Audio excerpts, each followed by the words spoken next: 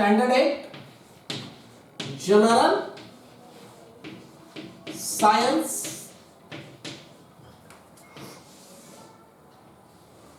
आणि आज आपल्याला धडा क्रमांक 10 पाहायचा आहे. धड्याचं नाव आहे सेल अँड सेल ऑर्गॅनेल्स. त्याचा आहे आज लेक्चर नंबर 1. पहिलंच लेक्चर आहे, लक्ष द्या. आता काय नाव आहे धड्याचं? सेल. सेल म्हणजे पेशी अँड सेल ऑर्गॅनेल. सेल ऑर्गॅनेल म्हणजे पेशीची अंगके. की पेशीमध्ये जे विविध छोटे छोटे छोटे छोटे छोटे काय असतात, भाग असतात, त्याला म्हणायचं सेल ऑर्गॅनेल्स. बरोबर आहे. तर फॉर एक्झाम्पल न्यूक्लियस, मायटोकॉन्ड्रिया वगैरे असे नाव ऐकले असतील ना तुम्ही 7वी पर्यंत, तर त्यांना सेल ऑर्गॅनेल म्हणायचं. आणि सेल अँड सेल ऑर्गॅनेल्स म्हणजे हा बायोलॉजीशी संबंधित धडा आहे, जीवशास्त्राशी संबंधित धडा आहे. अतिशय बेसिक कन्सेप्ट्स बायोलॉजीच्या एक तुम्हाला यामध्ये काय होणार आहे तर पाहायला भेटणार आहे. तर आपला पहिला मुद्दा आहे components of cell. Components of cell. Components of cell. Components म्हणजे घटक आणि ऑफ सेल म्हणजे मराठीमध्ये याचा काय अर्थ होतो? पेशीचे घटक. Components of cell. तर आता कंपोनंट्स ऑफ सेल किती येतात? 4 बेसिक कंपोनंट्स आहेत. कोणते कोणते? पहिला कंपोनंट आहे सेल वॉल. दुसरा कंपोनंट आहे सेल मेम्ब्रेन किंवा यालाच दुसरं काय नाव आहे? Plasma membrane.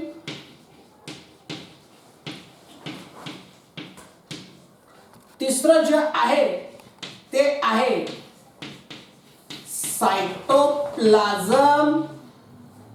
आणि चौथा जो कंपोनंट आहे ते वेगवेगळ्या प्रकारचे सेल ऑर्गॅनेल्स. हे एक एक एक एक एक आपण पाहिलं की आपलं काय होतो की धडा पूर्ण होतो. की काय आहे? पहिला कंपोनंट्स ऑफ सेल पेशीचे घटक. पहिला घटक सेल वॉल. सेल वॉल म्हणजे पेशी भित्तिका.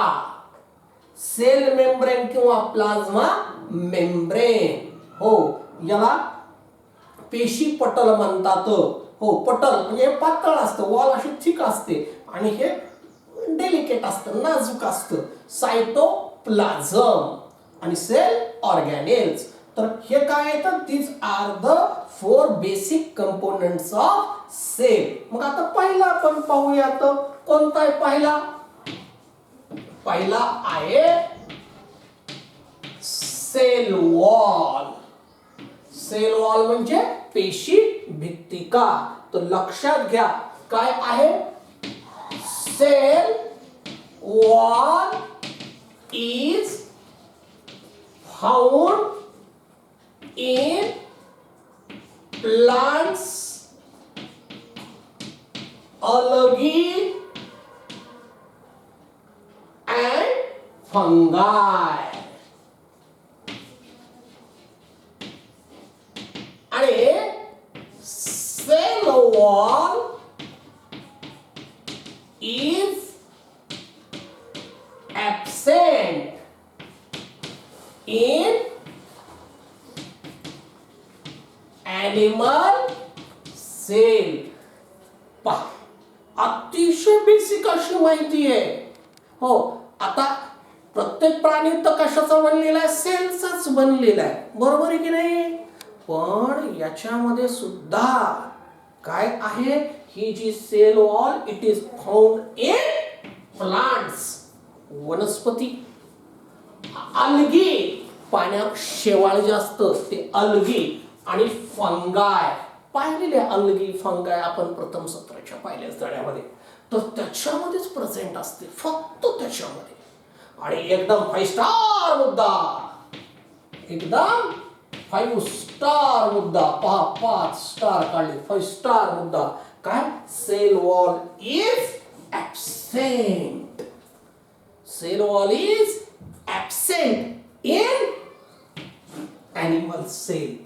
हो, आपण जे प्राणी आहोत, मग तो दिसणारे न दिसणारे सूक्ष्मजीव वगैरे ते सुद्धा प्राणीच आहे, त्यांच्यामध्ये सेल वॉल काय असते, ऍबसेंट.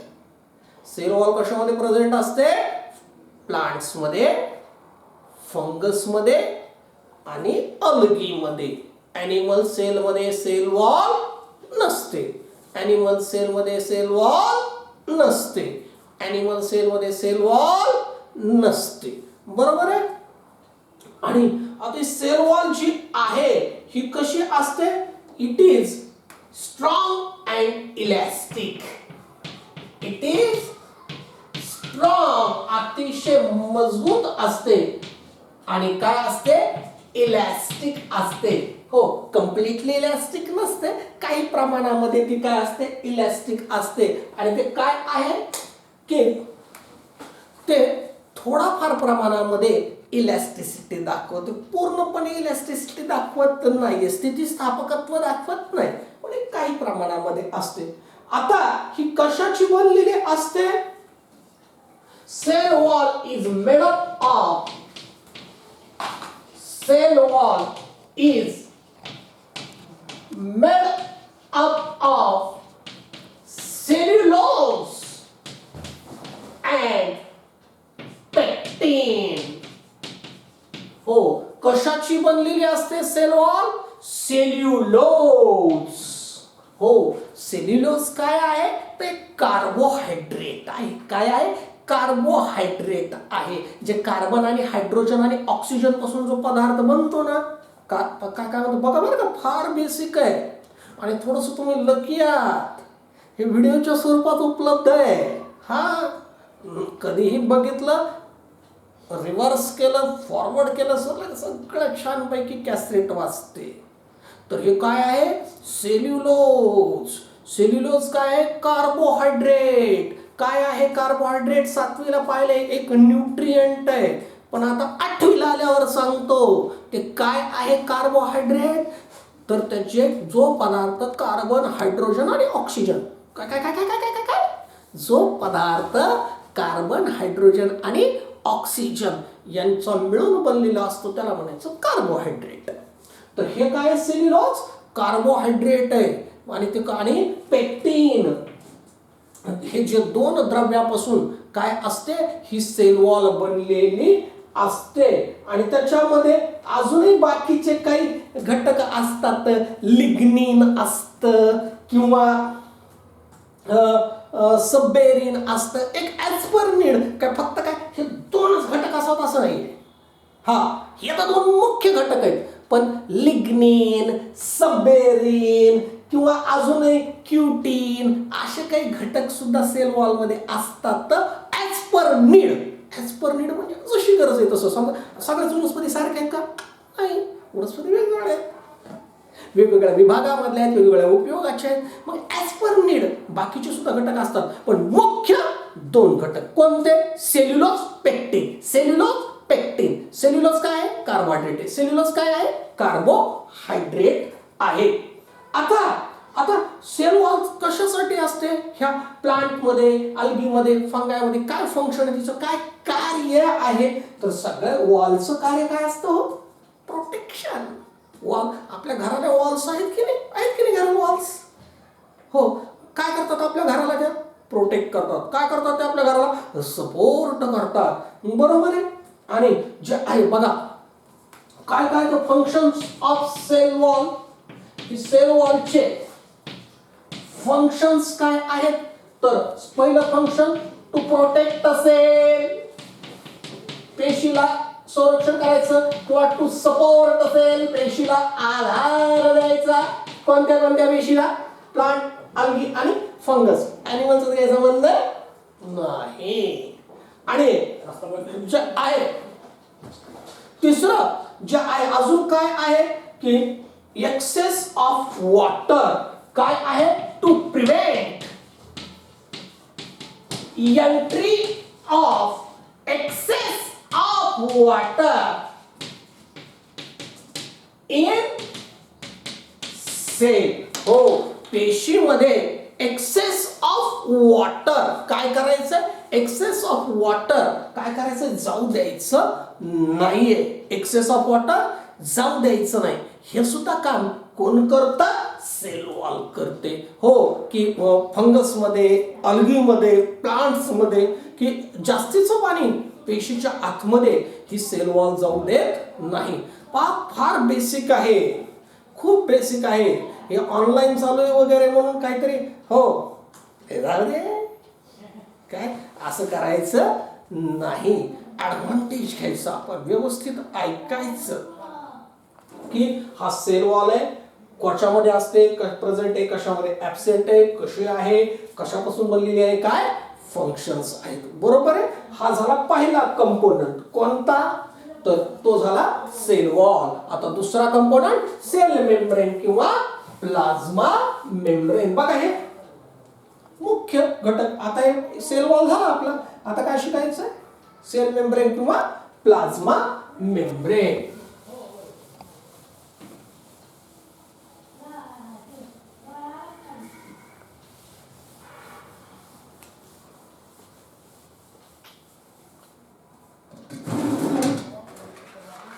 तर दुसरा आहे प्लाझ्मा मेम्ब्रेन किंवा सेल मेम्ब्रेन. हा सेकंड कंपोनंट. सेल मेम्ब्रेन किंवा प्लाझ्मा मेम्ब्रेन. सेल मेम्ब्रेन किंवा प्लाझ्मा मेम्ब्रेन हा दुसरा घटक आहे. आता नावातच आहे मेम्ब्रेन. हे मेम्ब्रेन कसं असतं, it is thin, it is thin. आणि अजून गोष्ट काय, it is present in all the cells, it is present in all the cells. सगळ्या सेल्स मध्ये असतं हे. बरोबर, काय सगळ्या सेल्स मध्ये. असं काही नाही की प्लांट सेल मध्ये आहे, ॲनिमल सेल मध्ये नाही, असं सगळ्या सेल मध्ये असतं, सगळ्या सेल मध्ये. हो, it is present in all cells. Animal cell, plant cell, आल्गीची सेल, फंगसची सेल, मायक्रो ऑर्गॅनिझम, सगळ्या याच्यामध्ये हे असतं. It is present in all cells. आणि हे काय करतं, हे थिन आहे.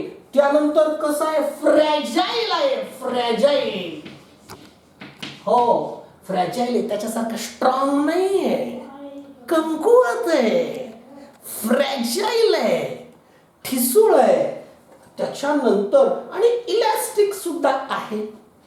इलॅस्टिसिटी हे पण दाखवतं की सेल मेम्ब्रेन सुद्धा दाखवतं की समजा आपल्याला फरक द्या करायचा आहे, फरक द्या.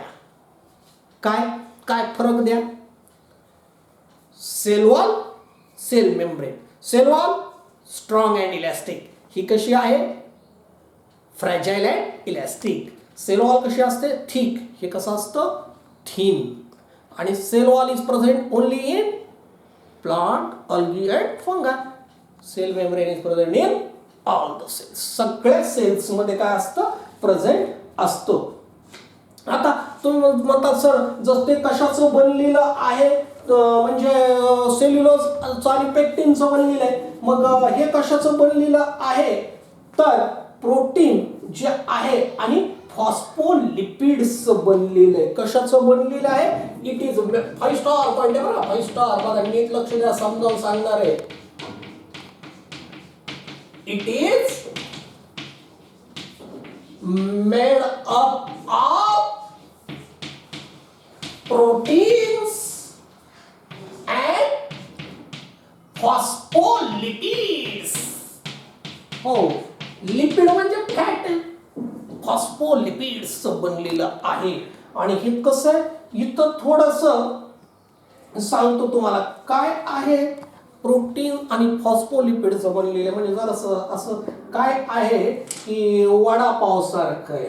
काय वडापाव सारखं. तुम्ही म्हणता काय हे शिकवताना तुम्ही लावले वडापाव. हो, ते ऑनलाईन शिकवताना वडापाव सध्या कोरोना काळी बाहेरून खाता पण येत नाही हो, आवडतो पण. पण वडापाव इथं कशामुळं वडापाव पाहिलाय तुम्ही सगळ्यांनी? नाही म्हणा सर आम्ही खातो. काही पाहायला कसं सांगता, पटकन खाऊन टाकतो. बरं आता माझ्यासाठी पहा कसा असतो वडापाव, सांगतो तुम्हाला. असं काय असतं, वरून एक पावचा थर असतो, खालून एक पावचा थर असतो आणि त्याच्या मध्ये वडा असतो का नसतो? आता बघा ना खाताना असं छान खातो, तोंडाला पाणी सुटलं माझ्या पण. तर काय आहे तो वडापाव. मग सेल मेम्ब्रेन शिकवताना कुठून आला मध्येच वडापाव? तर सांगतो की ह्याची रचना कशी असते, वरून एक फॉस्फोलिपिडचा थर असतो, खालून एक फॉस्फोलिपिडचा थर असतो आणि दोन्हीच्या मध्ये प्रोटीन मॉलिक्युल्स असतात. आणि दोन्हीच्या मध्ये काय असतात, प्रोटीन मॉलिक्युल. झालं नाही वडापाव? हो, वरून फॉस्फोलिपिड, खालून फॉस्फोलिपिड आणि मध्ये प्रोटीन्स. म्हणजे तसंच वरून पाव, खालून पाव, मध्ये वडापाव. एक पटकन समजतं म्हणून. हो, नाही तर लिहितात हो परीक्षेमध्ये काय, cell membrane is like vada pav. तसं नाही, ते फक्त समजावून घ्यायसाठी. काय आहे, कशाचं बनलेलं आहे ते, प्रोटीन्स आणि फॉस्फोलिपिड्स. आणि ते कशाची बनलेली ते सेल वॉल, सेल्युलोज आणि पेक्टिनची. मग तिसरा फरक तयार झाला. आता हे काय आहे, आता याचे जे आहे फंक्शन्स काय आहेत. जसे आपण कोणाचे फंक्शन्स पाहिले, सेल वॉलचे फंक्शन्स पाहिले, to support cell, to protect cell. मग तसे याचे काय फंक्शन्स आहेत पाहूयात. ही फंक्शन्स ऑफ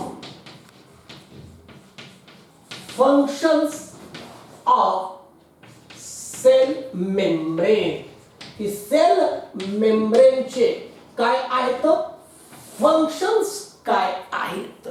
तर सगळ्यात पहिलं फंक्शन काय आहे सेल वॉलचं, तर it separates cell component from outer environment. It separates cell components किंवा सेल ऑर्गॅनेल म्हटलं तरी चालतं बरं का. सेल कंपोनंट किंवा मी करेक्ट शब्द वापर देतो, सेल ऑर्गॅनेल्स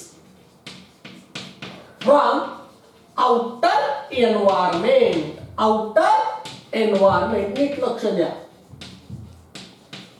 हो, पेशीच्या बाहेरचं आउटर. हो, बाहेर म्हणजे एकदम बाहेर नाही, आपल्या शरीराच्या आत पेशी, तर त्याच्या बाहेर एन्व्हायरमेंट असतं, एक विविध पदार्थ असतात. तर पुढे पुढे आपण शिकू. तर त्या आउटर एन्व्हायरमेंटला आतमधले जे सेल ऑर्गॅनेल आहेत ते काय करतं, आउटर एन्व्हायरमेंट पासून सेपरेट करतं. ह्या लक्ष द्या, तुमच्या घराच्या बाहेर सेल वॉल आहे, बरोबर आहे की नाही, आहे वॉल आहे, प्रोटेक्ट करतो, हे करत. आणि काय केलं त्याच्या आतमध्ये तुम्ही काय केलं की तुमच्या खिडकीला पडदे वगैरे लावतं की नाही, तुम्ही लावता का नाही पडदे वगैरे हॉलच्या खिडक्याला? हो, लावतो. ते ती वॉल आहे, वॉल. आणि तो जो पडदा आहे ना, पडदा तो मेम्ब्रेन आहे. ते पडदा काय आहे, मेम्ब्रेन आहे. पडदा काय करतो, समजा आपण खिडकीला पडदा लावला हॉलच्या खिडकीला, बरोबर की नाही, तो काय करतो मग बाहेरचं जे एन्व्हायरमेंट आहे, बरोबर आहे की नाही, आपल्या गेटच्या बाहेर, घराच्या बाहेरचं जे एन्व्हायरमेंट आहे आणि आपल्या घरामधलं जे आतमधलं एन्व्हायरमेंट आहे, यांना काय करतं, ते सेपरेट करतं. बरोबर आहे ना, की समजा आपण पडदा ओढला तर बाहेरचा प्रकाश आतमध्ये येतो, बरोबर आहे की नाही. म्हणजे ते झालं आउटर एन्व्हायरमेंट आणि आपल्या घरातलं आतलं एन्व्हायरमेंट. तसंच पेशीच्या आतमध्ये एन्व्हायरमेंट आणि पेशीच्या बाहेर एन्व्हायरमेंट आहे, बरोबर आहे ना. ह्या दोन गोष्टीला सेपरेट करण्याचं काम कोण करतं, सेल मेम्ब्रेन करतं. आणि अजून काय करतं, it is selectively permeable membrane. नीट लक्ष द्या, आता हा 5 स्टार मुद्दा आहे बरं का. हे इट इज, पहा, सिलेक्टिव्हली, फार मोठा अर्थ याच्यामध्ये, परमिएबल मेम्ब्रेन. अतिशय बेसिक बायोलॉजी ही, अतिशय बेसिक, मूळ आहे, मूळ. हे काय आहे, सिलेक्टिव्हली परमिएबल मेम्ब्रेन. सिलेक्टिव्हली निवडक, परमिएबल परवानगी देणारं मेम्ब्रेन. हो, पटल, पडदा आहे हा पडद्यासारखं आहे, नाजूक आहे, फ्रेजाईल आहे, पण फार महत्वाची भूमिका पार पाडतं. सेल वॉल कशी असते, ती वॉल जरी असले ना तर आवाज जावा घर तुम्हाला. कोणी आतमध्ये या कोणी बाहेर जा, सेल वॉलला काही घेणं देणं नाही. मात्र सेल मेम्ब्रेन कसं आहे, सिलेक्टिव्हली परमिएबल आहे, वॉचमन सारखं येते. हो, कोणालाही ये लगे सलाम सामची म्हणतो का वॉचमन. समजा तुमच्या घराबाहेर, शाळेबाहेर, कार्यालयाबाहेर वॉचमन ठेवलाय. हो, चोराला म्हणतो का रात्री या प्लीज वेलकम सलाम साहेब, लुटलं का घर जा माघारी म्हणतो का? असं नाही. तो सिलेक्टिव्हली परमिएबल असतो ना. आपल्या घराच्या बाहेरचा जो वॉचमन आहे, कंपनीच्या बाहेरचा जो वॉचमन आहे, कार्यालयाच्या बाहेरचा जो वॉचमन आहे, शाळेच्या बाहेरचा जो वॉचमन आहे, त्याला काय सांगितलेलं कोणाला आतमध्ये येऊ देतो का? नाही. तो त्याला काय करतात, तो सिलेक्टिव्ह लोकांना आतमध्ये येऊ देतो. बरोबर आहे की नाही? हो का, कोणाला आतमध्ये येऊ देतो. रस्त्यात कोणतरी झालं काय जो का साहेब मध्ये हा जा, काय हरकत नाही, कशाला काय आपलं फेरफटका मारून यायचं, लुटून यायच्यामधून हा जाऊ देतो का? नाही. सिलेक्टिव्ह लोकांना मध्ये जाऊ देतो, सिलेक्टिव्ह लोकांना बाहेर येऊ देतो. ओ तर काय आहे हे सिलेक्टिव्हली परमिएबल आहे. सिलेक्टिव्हली परमिएबल म्हणजे काय करतं, इट कंट्रोल्स, ते नियंत्रित करतं entry and exit of different materials in and out of cell. हो, ती पेशीच्या आतमध्ये कुणी जायला पाहिजे, पेशीच्या आतमध्ये कुणी नाही जायला पाहिजे, पेशीच्या बाहेर कुणी यायला पाहिजे, पेशीच्या बाहेर कुणी नाही यायला पाहिजे. हे हो, काही गोष्टीला तो बाहेर सुद्धा येऊ देत नाही पेशीच्या. म्हणून तो काय सिलेक्टिव्हली परमिएबल आहे. हो, ऑक्सिजन आहे बाहेर आलाय पेशीच्या आतमध्ये जायचंय, चल लवकर, चल चल कामाचा आहेस तू, चल. कार्बन डायऑक्साईड मध्ये जाऊ देते का? नाही. कार्बन डायऑक्साईडला मधून बाहेर फेकी ती. म्हणजे ते काय आहे, सिलेक्टिव्हली परमिएबल मेम्ब्रेन आहे. नीट लक्षात घ्या, बेसिक बायोलॉजी आहे. काय आहे, it is a selectively permeable membrane. It controls entry and exit दोन्ही. पेशीच्या आतमध्ये कोणाची एंट्री व्हायला पाहिजे आणि पेशीच्या बाहेर कोण जायला पाहिजे.